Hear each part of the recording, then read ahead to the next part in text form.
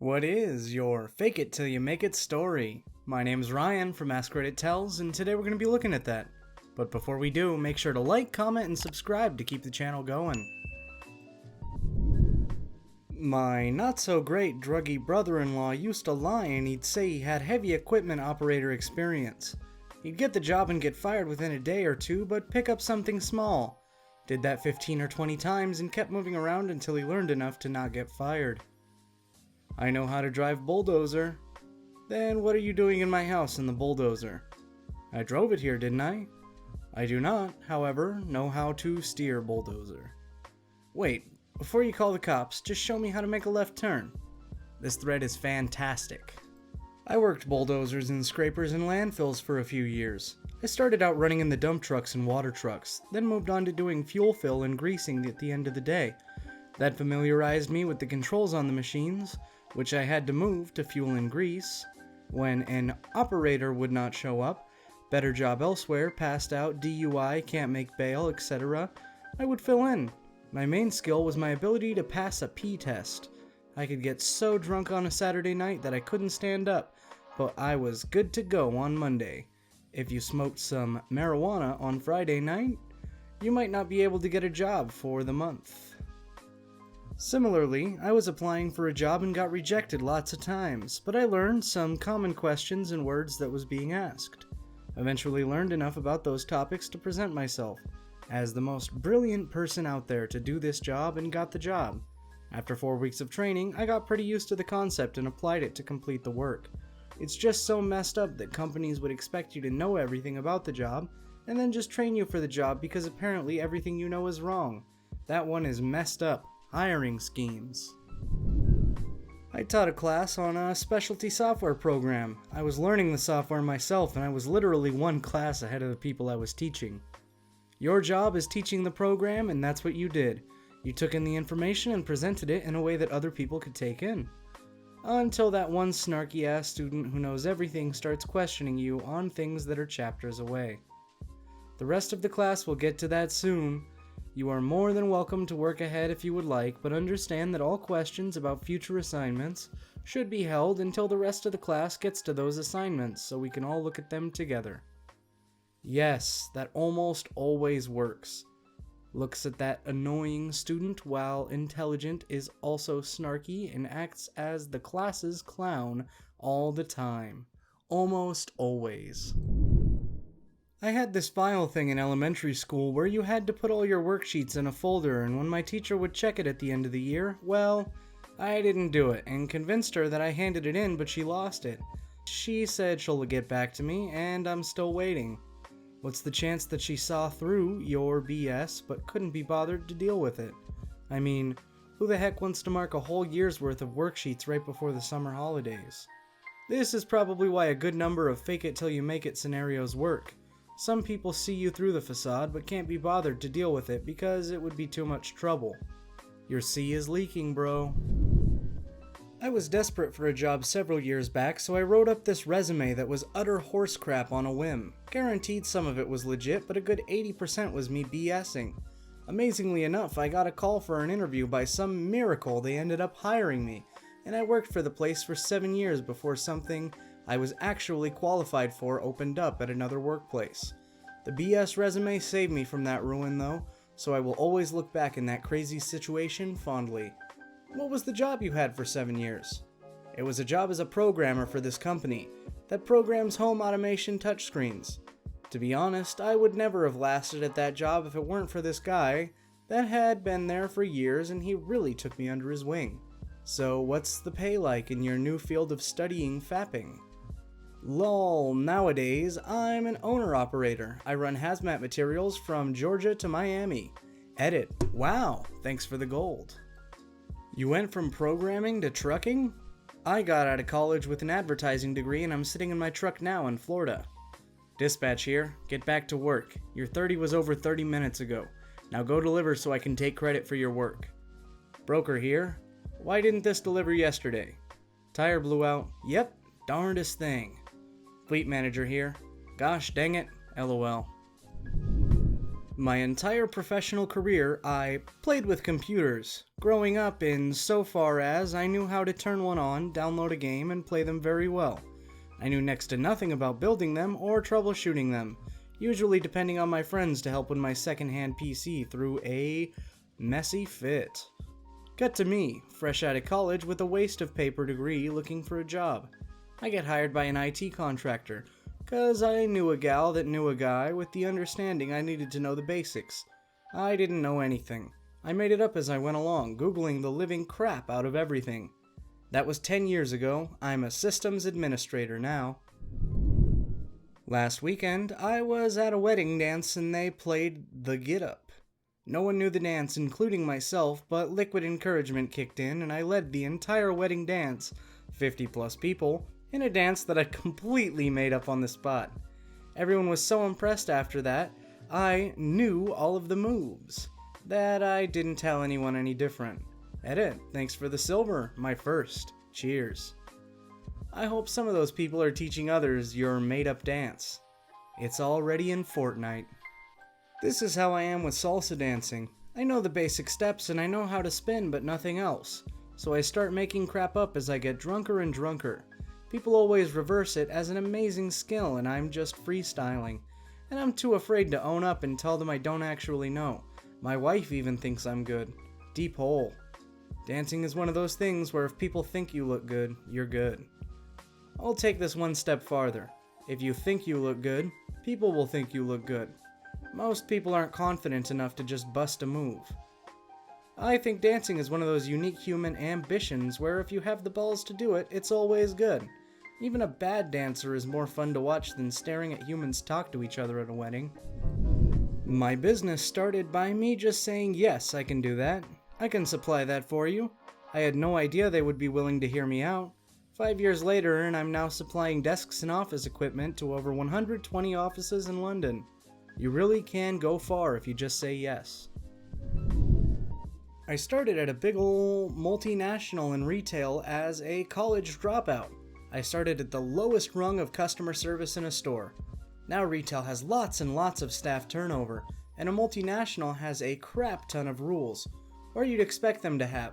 Also, I'm not the dumbest around. Never mind the college dropout, that's another story. And well, to be fair, not everyone in retail is super smart. So there was a consistent lack of management, or they didn't care, and all the rules and regulations had gaps in them. So people started asking questions. How do I solve this? What should I do next? Etc. No one had an answer to these questions, so I started answering them just using common sense or what I think should work. Just filling in the gaps, which probably made me look a lot smarter than I am. Just faking that I knew what I was doing. So I started climbing up the ladders and I'm now the senior finance and operations director for a store with a gross turnover of 160 million euro. However, cracks are starting to show. The company got a lot more serious and I'm surrounded by smart people with high degrees, where I can't bluff my way through problems and meetings as easily. So I'm thinking of taking a step back and relaxing a bit more on a lower position. I was a lot happier then and had way less stress and way less hours.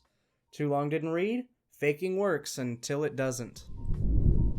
I'm an artist who works in the film industries. Some years ago, my wife got pregnant purposefully, and I had to try and find a way to make more reliable income while she was on mat leave and for the foreseeable future, as we knew we weren't only having one. I also wanted to stay in film. I got work as a grip, grunt work lugging things around and sets and buildings / setting up large bits of lighting gear. No clue what I was doing. I started off on big shows like The Flash and Arrow. A friend got me work on a small set and only 13 days into working as a grip, which I didn't tell them, they made me the key grip. Key is film talk for manager. I was in charge for a whole department, which is 1/2 of the lighting team. Faked it until I made it. Fast forward over 5 years, I have 30 credits to my name as a key grip. I own an entire 5-ton truck's worth of gear that I rent out, which makes as much money per show as my wage did. My wife is back at work after having 2 kids and I'm a stay-at-home dad with consistent passive income, and the time to continue to write and audition whenever I need. I dropped out of high school in 10th grade. I hated school with a passion. I did get a GED. I started working retail and found I really liked managing projects and eventually people. I ended up leaving retail for a call center job in a fairly large company. Within 4 years, I was running a marketing division. I had no freaking clue what the marketing was or anything. I'm just good at getting people to trust me and I'm very creative. I got bored there and somehow got myself into another marketing role at an even bigger company. 5 years later, I'm the CMO. I still really don't know crap about the traditional school taught marketing. I literally faked it until I made it. I'm very good at what I do.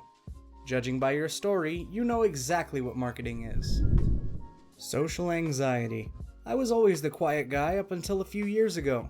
I decided I was tired of not having friends and I started faking confidence and talking to everyone. In the beginning, I was dying inside and felt like I was walking on glass. Now I don't know when to shut up and can talk to just about anyone. Yes, I had a similar experience. I always had friends but found it difficult to engage with people outside my small circle. I used to get such bad social anxiety that I would throw up before every major social engagement, like parties, and sometimes in situations where I knew there was definitely nothing to fear, like going to lunch with my friends. I decided I needed to do something about this. So I started paying attention to how a friend of mine, who was very good in social situations, conducted herself, and just copied her. After a while, I started appearing confident, though I still had anxiety, and eventually the anxiety went away almost completely. It still happens sometimes, but I rarely throw up, like maybe once a year in really daunting situations. Now people always remark on how confident I am, and I always make a point of telling them that it's learned rather than innate. A while ago, I decided to stop complaining about environmental destruction, climate change, etc. and ACT, so I started planting trees. Keep in mind I had no training in this, I never even gardened before. I considered myself a brown thumb. I researched how to do it and it seemed pretty easy, but everything I did died. I'd plant a tree exactly how they said, but it wouldn't survive. I had to baby them so much just to get them through their first year. And maybe half would make it. But I just kept planting and faking I knew what I was doing. Then I came across stuff by Dr. Elaine Ingham on soil science, and it kind of changed everything for me. It made a whole lot of sense. Ecosystems transition from deadland to weed pit to grassland to brushland to forest. As they do, the soil microbiology changes from dead soil to bacterial-dominated soil to fungal-dominated soil. So the correct way to plant trees is actually to transition the soil to forest soil as fast as possible. Nature takes thousands of years of weeds dying, and then grasses dying and soil life building and building, to a small woody shrub which is then eventually dead. And now it changes. Now everything changes. Woody material on the ground means fungus can move in. It's game over at this point and you will transition to a forest now. So the correct way to plant a tree is to speed yourself to this point by dropping wood chips on the ground and letting the soil chemistry change. After a few months, or even better, a year, now plant your trees into the environment they want to live in. Well, that changed everything and now I go around planting mini starting forests everywhere on my land, in wild places, abandoned lots, etc. I've seen little pockets of life I've planted turn from a few trees to a small thicket. At this point, it's unstoppable and the land heals. It's an incredibly rewarding hobby, but one you must take very seriously.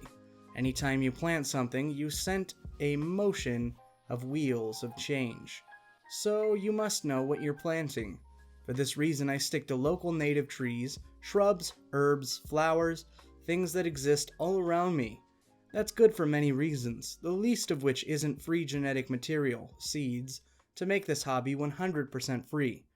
What is really rewarding though is driving to work and seeing a bird perched on an apple tree that I planted, in a cluster of life with bees buzzing around the apple, haskap and lovage and borage, and strawberries and asparagus, clover, fruit tree guild, looking and seeing apple saplings bursting up through the sweet Sicily the ecosystem has its foothold in now and will replicate itself, sequestering carbon and healing the soil long after I'm gone. So I started as someone who considered themselves a brown thumb, and with a little action and knowledge seeking, I now have pockets of life all around my community that are expanding and growing, that I was the catalyst for creating. That's a legacy right there, and that's how we reverse climate change and give our children a world worth living in. Wow, was that a powerful one? And a great one to end this video off on, because that is all the time we have for today. Make sure you like, comment, and subscribe, and make sure to give this video a share to keep this channel going. As always, my name's Ryan from Askreddit Tells, and I look forward to seeing you in the next video.